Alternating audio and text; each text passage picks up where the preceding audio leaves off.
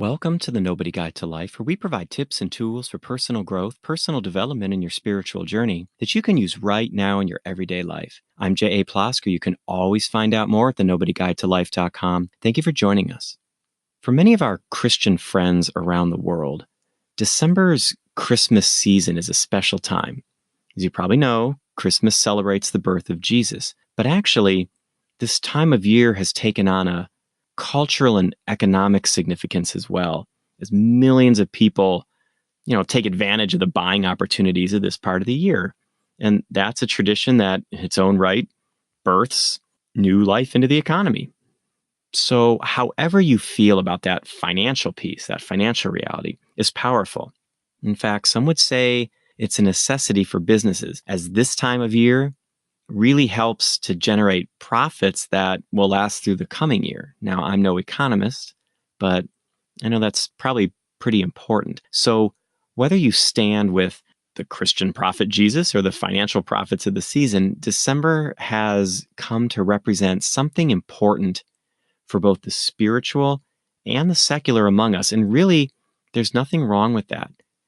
And in fact, that dual nature of the month provides us with an opportunity to learn balance, to make choices, to understand that it's possible to have both a life in the world of commerce, materialism, and economy, as well as a life in the spiritual, religious, or energetic realms.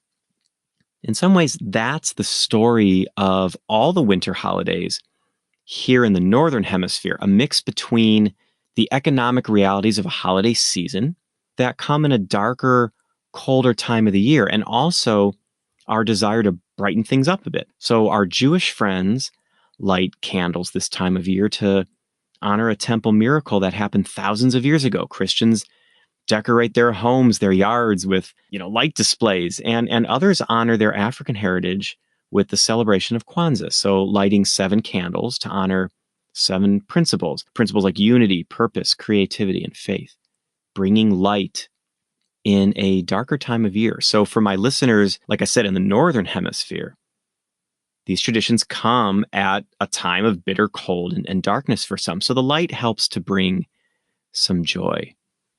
So as we said, the dual nature of this time of year can be a great opportunity to get in touch with the two sides of our natures.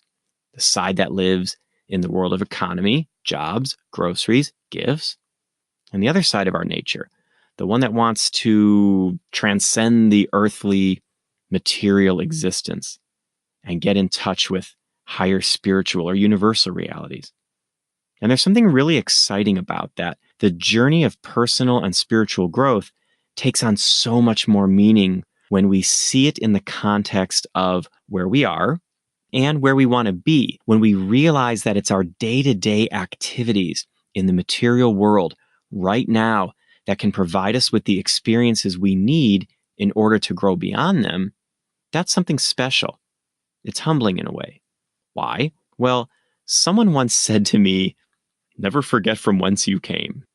Now, that's really a poetic way to say, never forget as you grow that you were once someone struggling, someone looking for that next paycheck, battling depression, or struggling to get through a class. Never forget that you may still be struggling with those things. So stay humble. Never forget where you came from. I guess a good lens to see this through is the story of Jesus that's told this time of year. Now, of course, versions differ across the New Testament Gospels, especially Luke and Matthew, and history builds on history, adds things in, takes things away.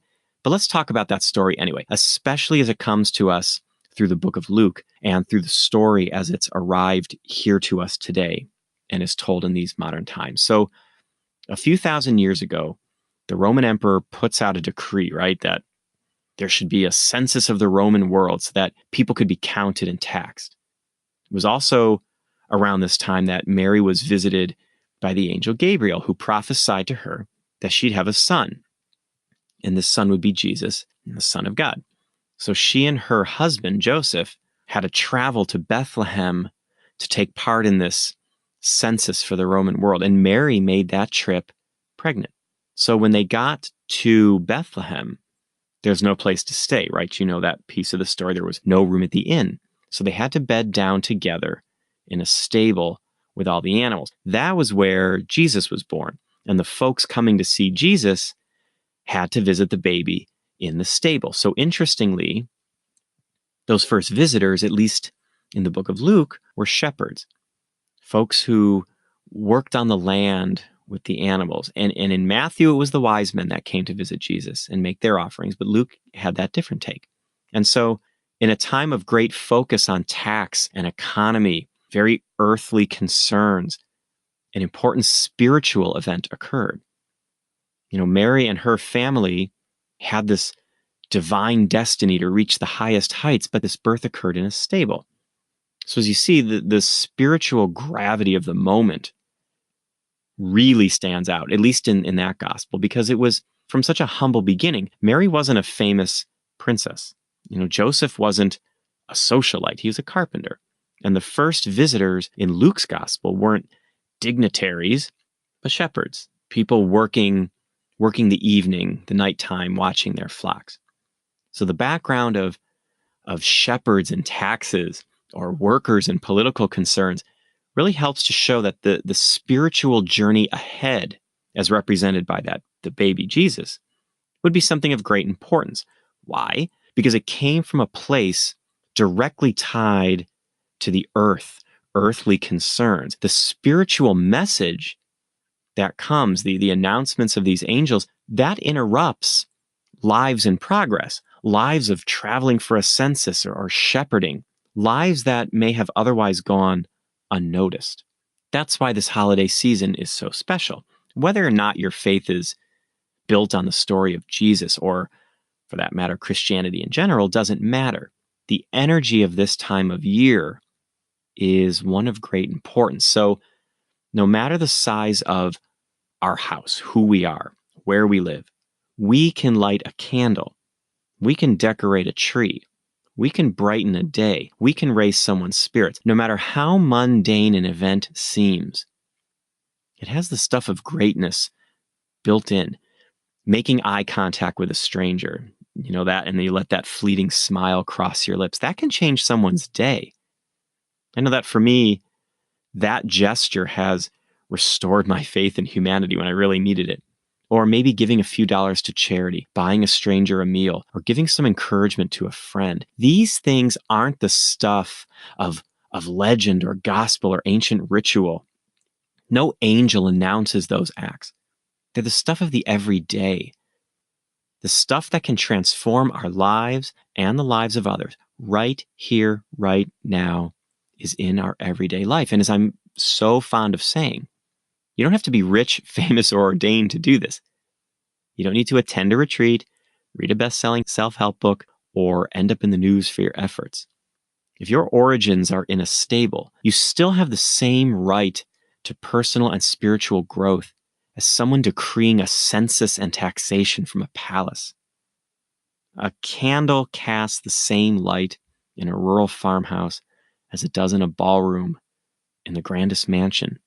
As you think about the holidays of this season, I want you to consider that all of us live in two worlds, two apparent realities, a commercial one and, well, I guess you could call it a spiritual one, but it doesn't have to be spiritual. Let's say two realities that are, one is economic, one is energetic. You're a person who may have a paycheck to earn, gifts to buy, bills to pay, just like me. But you're also a person who has dreams to dream, enlightenment to reach, and a message to bring. And those things are not mutually exclusive. In fact, you can use the events of everyday economy to enhance those other goals you have. How? Maybe you work hard to keep the bills paid so that you can provide a safe and comfortable home for your family, and that makes you the brightest and best version of a parent that you can envision. Or you buy a gift for someone to cheer them up because you know the energy that creates can raise your vibration and the recipient's vibration in some small but really significant way. See, it's the humble act that can make the greatest impact. Look, if you don't believe me, then think about Jesus in the Gospel of Luke. He had that humble earthly beginning, but stretched to the greatest heights. He didn't have a birth announcement in the Roman Empire news, but instead had a few folks over to say hello before word really got out. Think back through your life right now. Okay, think back through some safe memories and feelings that you have, things that brought you a little happiness or brightened your day in a fun or unexpected way. What are they? Who was there? Now, I've done that exercise before, and some of the moments that have really brought me the most happiness or personal growth didn't take place in sprawling palaces or with dazzling fanfare. I think about the smells of a backyard barbecue, one of my earliest childhood memories at one of my childhood homes decades ago.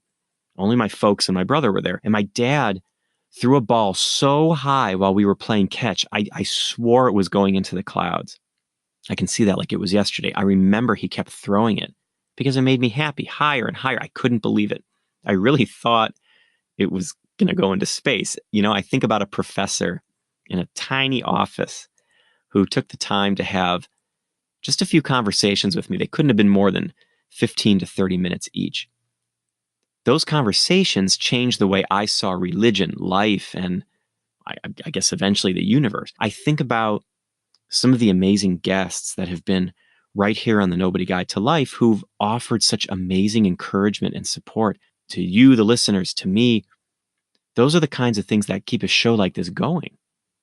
See, these things took place between me and a few other people, and there was no grand announcement. They're single candles in time that have kept at least my fires burning. They happened in the company of people who had jobs, obligations, but still found ways in everyday life to inspire or raise the energy of the world, or at least my world. So who's done that for you? Or more importantly, who have you done that for? So we're at a time of year when a baby in a manger went on to lead a revolution.